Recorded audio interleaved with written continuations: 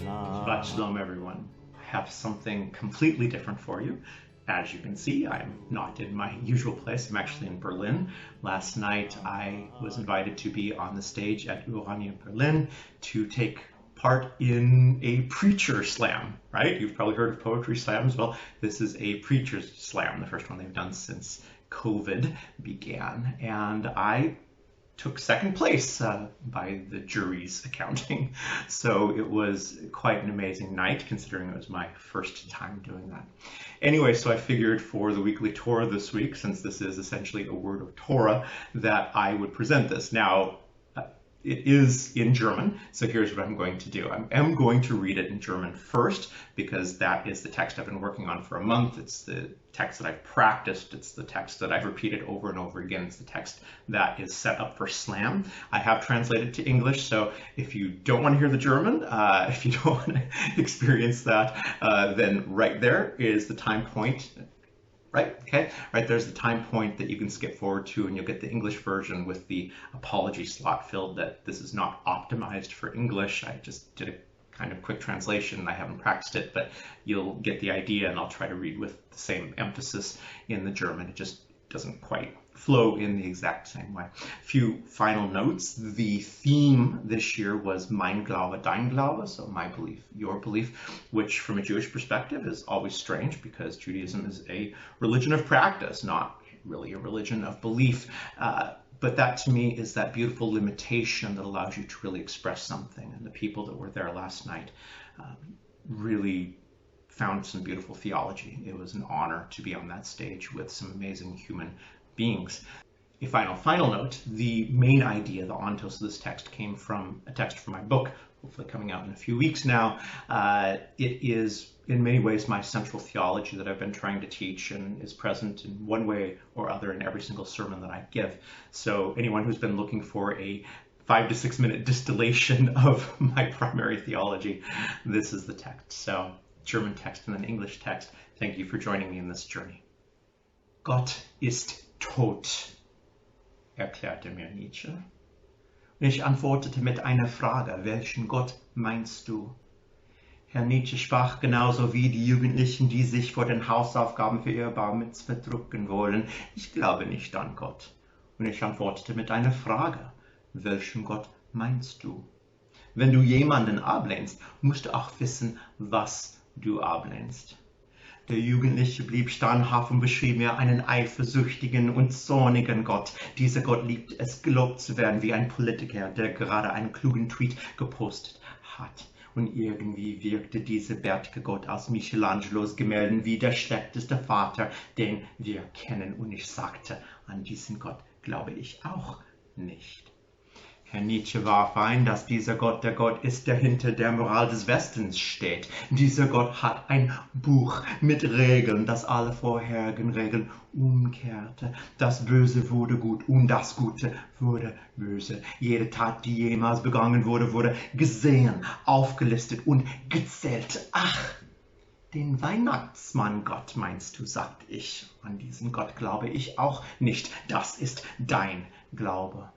Aber wie betet man zu einem Gott, den man nicht sehen kann? Wie betet man zu einem Gott, den man nicht hören kann? Wenn Gott eine universelle Konstante ist, der Maßstab, durch den wir alle verstehen, dass wir Teil derselben Einheit sind, ist das dann nicht dasselbe wie gar kein Gott? Worin besteht der Unterschied? Und wie viel schlimmer ist es, wenn Nietzsche auf der Schriftrolle schaut, aus der ich lese und das Lachen des Übermenschen ausstößt. Du bist rückständig, deine Religion ist rückständig, Gott ist tot. Nein, antwortete ich. Bist du deiner verzerrten Argumentation, deines Strohmann-Arguments überhaupt bewusst, Herr Nietzsche? Der Name meines Gottes ist eine Abwandlung des Verbs sein. Ich weigere mich, diesem Gott menschliche Attribute zu geben, denn das würde mir nur erlauben, Gott in eine Schublade, in eine kleine Box, in eine Schatulle zu stecken, die so klein ist wie die begrenzte Art und Weise, wie ich dieses Attribut verstehe.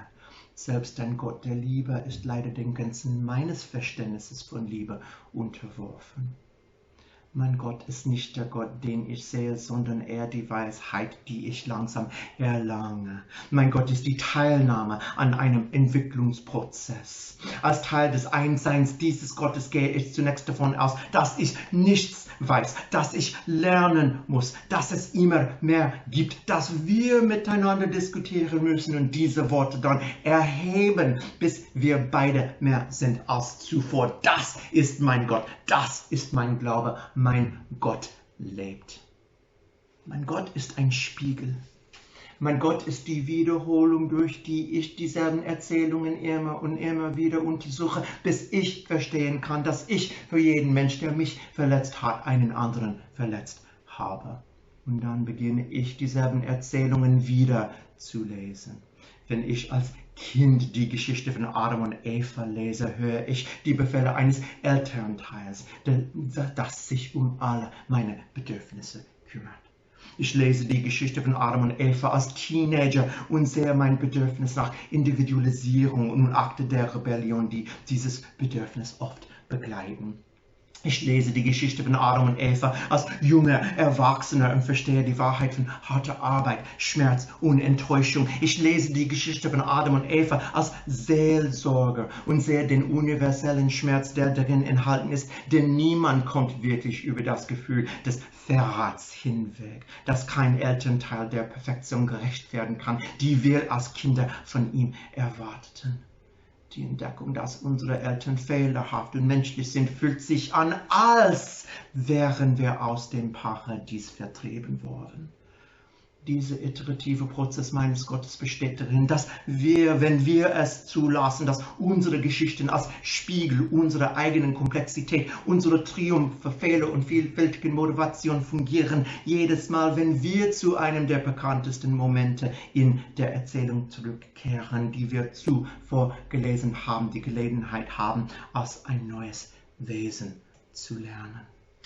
Letztes Jahr haben wir die Geschichte von der Opferung Isaaks gelesen und dachten, sie bedeute etwas über Vertrauen und Gehorsam gegenüber Gott. Dann bekamen wir im vergangenen Jahr ein Baby und weinen nun über einen Gott, der die Opferung eines Kindes anordnet. Dann lesen wir es Jahre später, als das Kind in den Krieg geschickt wurde und wir fragen uns, wer Gott in unserer Erzählung ist und ob wir unsere Kinder gerade zu seiner Opferung geschickt haben. Und dann, wenn wir Jahre später krank und fremdet, verunsichert in einem Krankenhausbett liegen, fragen wir, was ist mit Ishmael? Hat Abraham nicht beide seiner Söhne geliebt? Gott ist tot, ist ein Versagen der Vorstellungskraft.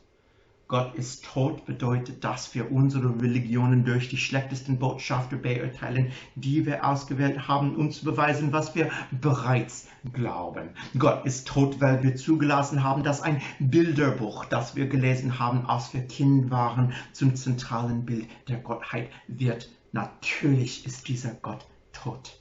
Ein Gott, der lebt, wird ein wenig mehr Arbeit erfordern. God is dead, Nietzsche explained to me. And I responded with the question, which God do you mean? Nietzsche spoke with the same voice of the youth who wanted to avoid doing their homework for their B'nai Mitzvah. I don't believe in God. And I responded with a question, which God do you mean? If you're going to deny, then you're going to have to know what it is you deny. The youth stood fast and described for me a jealous and wrathful God. This God loved to be praised like a politician that had just sent a clever tweet. And somehow this bearded God from Michelangelo's painting on a ceiling acted like the worst father we'd ever known. And I said, I don't believe in that God either. Nietzsche chimed in that this God was the God that stood behind the morality of the West. This God held a book with rules that changed all the rules that came before. Bad became good and good became evil. Every deed ever done was seen and listed and counted. Ah, Santa Claus, you mean? I don't believe in that God either. That's your belief. But how do you pray to a God that cannot be seen? How do you pray to a God that cannot be heard? If God is a universal constant, the measure by which we all understand that we are part of the same oneness, then isn't that the same as no God at all? What's the difference? And how much worse it is when Nietzsche looks at the scroll from which I read and laughs the laugh of the Superman. You are backwards. Your religion is backwards. God is dead. No, I respond. Are you even aware of your straw man arguments, Herr Nietzsche? The name of my God is a variation of the verb to be. I refuse to give this God any human attributes because doing so only allows me to put God in a box as small as the finite way that I can understand that attribute. Even a God of love is subject to the limits of how I understand love. My God is not the God I see, but rather the wisdom slowly gained. As part of the oneness of this God, I start by assuming that I do not know, that I must learn, that there is always more, that we must debate with each other and then elevate these words until we are both more than we were before. That is my God. That is my belief. My God lives. This God is a mirror. This God is the repetition by which I explore the same stories over and over until I can understand that for every person that has hurt me, I have hurt another. And then I begin reading them again. I read the story of an Adam and Eve as a child and hear the commands of a parent who has taken care of my every need. I read the story of that Adam and Eve as a teen, and I see reflected my need for individuation and the acts of rebellion that often accompany this need. I read the story of Adam and Eve as a young adult, and I understand the truth of hard labor, pain, and disappointment. I read the story of an Adam and Eve as a pastoral therapist, and I observe the universal pain contained within, as no one is really over the sense of betrayal that no parent can live up to the perfection we held them in as young children. The act of discovering at some point that our parents are flawed and human feels as though we have been cast out of paradise.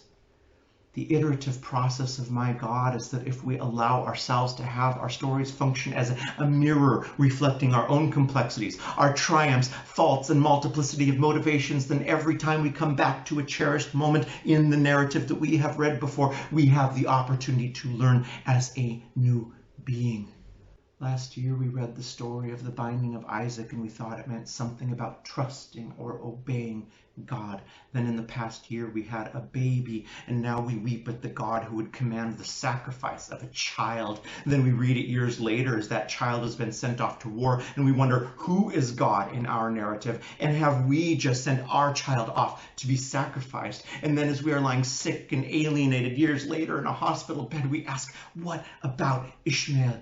Didn't Abraham love both of his sons? God is dead is a failure of the imagination. God is dead means that we judge our religions through the worst ambassadors possible that we have chosen to prove what we already believe. God is dead because we allowed a picture book we read when we were 3 to become the central picture of divinity. Of course, that God is dead.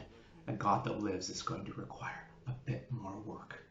Thank you, everyone, for taking part in this little different fare. I hope that it has elevated your Shabbat. I know that I feel incredibly elevated by having done this, and I thank you that you allow me to come into your living rooms and share a word of Torah with you. Take care, everyone. We'll see you next time. Shabbat Shalom.